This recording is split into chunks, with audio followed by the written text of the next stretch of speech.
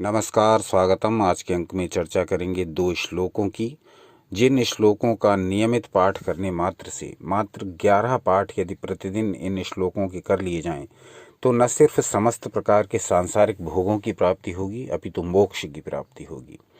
कारण ये कि ये श्लोक हमें वास्तविकता से परिचित कराते हैं, उस वास्तविकता से जिसके बारे में हम हमेशा कन्फ्यूजन में रहते हैं और हमारा विचार ये रहता है कि ये संसार माया का रूप है, इसके भोगों से बचते हुए ही हम मोक्ष की प्राप्ति कर सकते हैं, परम पद की, निर्वाण की, लिबरेशन की प्राप्ति कर सकते हैं। यदि हम इस माया से बचें, इस संसार के जो हमें प्रपंच दिखाई देते हैं, इनसे बचते हुए हम मोक्ष प्राप्त कर सकते हैं। परंतु तंत्र शास्त्रों में भोग और मोक्ष एक ही सिक्के के 2 पहलू बताए गए हैं। इस संसार के भोगों को प्राप्त किए बिना मोक्ष की प्राप्ति असंभव है। तो इस संसार में रहते हुए और इस सांसारिक क्रियाकलापों से गुजरते हुए ही हम मोक्ष की प्राप्ति कर सकते हैं। 2 श्लोक हैं, माया तंत्र से लिए गए हैं। इस श्लोक में बताया गया है कि किस प्रकार ये माया हमारे भीतर ही निवास करती है, हमारी आत्मा की शक्ति के रूप में। तो महामाया को जाने बिना हम माया से डरते रहेंगे, भयभीत रहेंगे, कन्फ्यूज रहेंगे। तो हम महामाया को समझ लेते हैं जो हमारी आत्मा के रूप में विराजमान है, हमारी चित्त शक्ति के रूप में विराजमान है, हमारे भीतर हमें समस्त प्रकार के कार्यों के करने की प्रेरणा देती है। उस महामाया का स्मरण करते हुए यदि हम इन 2 श्लोकों का पाठ करते हुए अपने जीवन को, अपनी दिनचर्या को चलाएंगे तो निश्चित रूप से हमें भोगों की भी प्राप्ति होगी, हमें मोक्ष की भी प्राप्ति होगी। और ऐसा इन 2 श्लोकों में स्पष्ट बता दिया गया है। तो बड़े दुर्लभ श्लोक हैं ये और बिल्कुल जन सामान्य में अप्रचलित हैं, क्योंकि तंत्र ग्रंथों से लिए गए हैं और वो भी एक ऐसे अप्रचलित ग्रंथ से जिसके बारे में हमें जानकारी बहुत कम है। वो है माया तंत्रम। माया तंत्रम के 2 श्लोकों का वर्णन करेंगे और इस प्रकार से इन श्लोकों की 11 पाठ यदि प्रतिदिन कर लिया करें तो महामाया की कृपा से सांसारिक भोग और मोक्ष दोनों की प्राप्ति संभव है। पूरी तरह से अपनी आत्मा में इस ध्यान को करते हुए, इन श्लोकों को पाठ करते हुए पूरे आत्मा से इसको अनुभव करिए तो निश्चित ही महामाया का आशीर्वाद आपको प्राप्त होगा और आप सांसारिक भोगों को प्राप्त करते हुए मोक्ष की भी प्राप्ति कर पाएंगे। तो ये देखते हैं माया तंत्रम से लिए हुए 2 श्लोक जो आपकी स्क्रीन पर भी प्रदर्शित हो रहे हैं। इनमें कहा गया, क्या कहा गया, इसको ध्यान से समझने और हृदयंगम करने की आवश्यकता है। उसके पश्चात आप अपनी दिनचर्या प्रारंभ कर दीजिए। अंतः प्रेरणा, जो भी अंदर से प्रेरणा होगी वो महामाया की शक्ति से होगी और आपके कार्यों में निश्चित ही सफलता प्रदान कराएगी। तो ये 11 पाठ इसके प्रतिदिन स्नान करके कर लीजिए और कुछ विशेष नहीं करना है, कोई विशेष कर्मकांड नहीं करना है, किसी भी प्रकार का आडंबर नहीं करना है। तो देखते हैं क्या हैं ये 2 श्लोक जो लिए हैं हमने माया तंत्रम से। इसमें कहा गया, या दुर्गा सा महाकाली तारिणी बगलामुखी अन्नपूर्णा च सा माया ग्रहिणां कल्पशाखिनी भोगदा मोक्षदा देवी तस्मात् पूर्णेति चक्षते माया गुणवता देवी निर्गुणानां चिदात्मिका। अब समझ लेते हैं कि इनका अर्थ क्या है।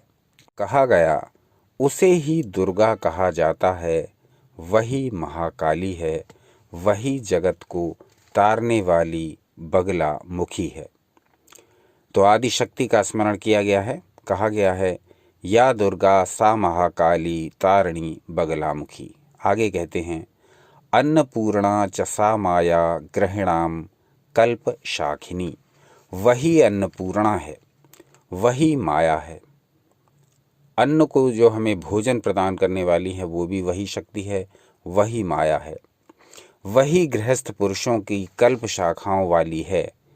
अब इसका अर्थ समझ लीजिए, ग्रहिणाम कल्प शाखिनी, वो गृहस्थ पुरुषों की कल्प शाखाओं वाली है, यानी कि गृहस्थ पुरुषों की उन्नति कराती है, गृहस्थ जीवन की अनेक शाखाओं को उत्पन्न कर देती है, जैसे पुत्र पुत्री, पोते पोती, नाती नातिनी आदि हजारों शाखाएं उस शक्ति द्वारा प्रदत्त होती हैं।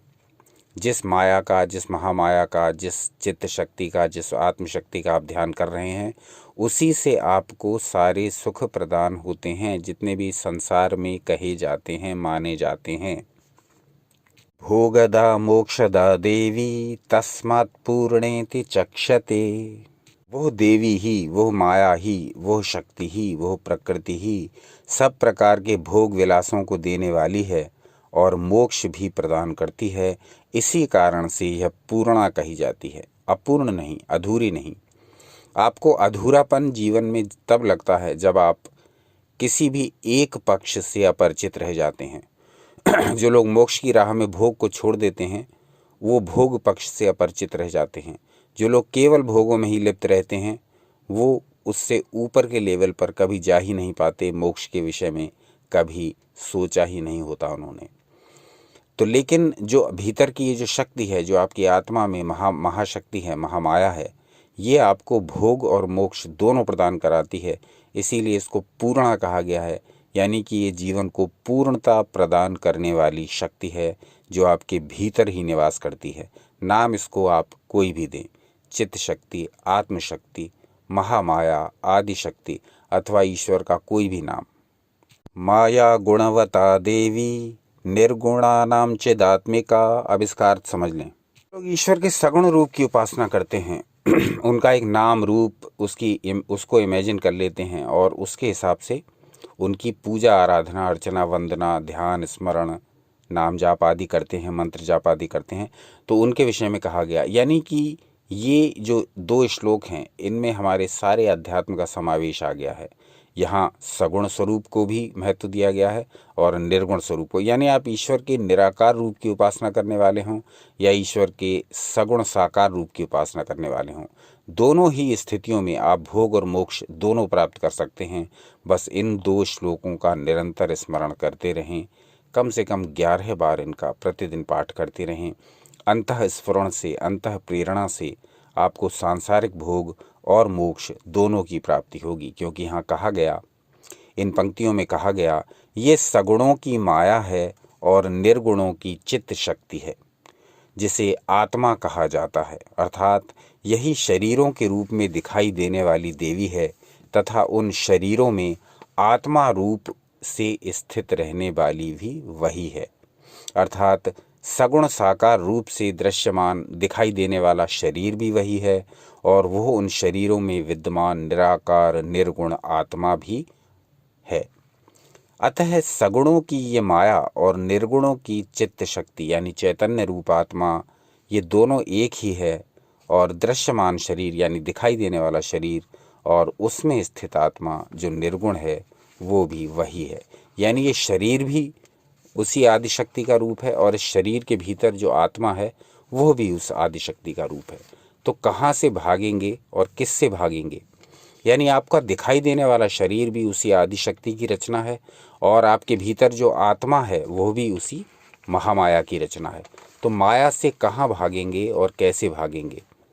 भोग और मोक्ष जब तक दोनों की प्राप्ति नहीं होगी, व्यक्ति में अपूर्णता रहेगी और इसी अपूर्णता को पूर्ण करती है महामाया, वो शक्ति जो आपकी आत्मा में ही विराजित है। अलग से आपको कहीं जाना नहीं, अलग से आपको भटकना नहीं, अलग से आपको कहीं ढूंढना नहीं। बस अपना ध्यान जो करते हैं, अपनी जो उपासना करते हैं, अपनी जो पूजा करते हैं, उसी में इन 2 श्लोकों को सम्मिलित कर लें, इनका 11 बार पाठ कर लिया करें। तो आपकी आत्मा में छुपी हुई जो आदिशक्ति है वो आपके संपूर्ण कार्यों को निर्विघ्न संपन्न कराएगी और आपको सांसारिक भोगों की यात्रा से ले जाते हुए मोक्ष की प्राप्ति भी कराती है यही शक्ति। तस्मात् पूर्णेति चक्षते, इसीलिए वो पूर्णा कही जाती है, यानी जीवन को भोग और मोक्ष दोनों प्रदान करके पूर्णता प्रदान करने वाली शक्ति, वो माया, वो महामाया जो आपकी आत्मा के भीतर ही विराजित रहती है, परंतु हम उसके प्रति अवेयर नहीं होते। इन 2 श्लोकों का 11 बार प्रतिदिन नियमित स्नान करके पाठ करिए और फिर इसका चमत्कार अनुभव करिए। उस अनुभव को शेयर करना चाहें तो शेयर करिए, क्योंकि शेयरिंग इज़ केयरिंग, दूसरे साधकों को भी इससे बहुत लाभ होता है। तो अंडरस्टैंडिंग माया, माया को समझने का हम प्रयास कर रहे हैं योग के माध्यम से, तंत्र के माध्यम से, अपने अनुभवों के माध्यम से और विभिन्न अन्यान्य सनातन ग्रंथों के माध्यम से। तो अंडरस्टैंडिंग माया का ये दूसरा भाग है। इसी प्रकार से हम जितने भी सीरीज चला रहे हैं उसका भाग, उसके अगले एपिसोड एक एक करके आपके समक्ष प्रस्तुत करते रहेंगे। तो आज का अंक यहीं तक। आज के अंक के बारे में अपने विचारों को बताना ना भूलिए। कल पुनः उपस्थित हो जाएंगे ईश्वर इच्छा से किसी नए विषय को लेकर के। आपका जो अनमोल समय है आपने इस वीडियो को देखने के लिए दिया, उसके लिए आपका हार्दिक धन्यवाद। सनातन शास्त्रों से जुड़े रहें, सदा आनंदित रहें।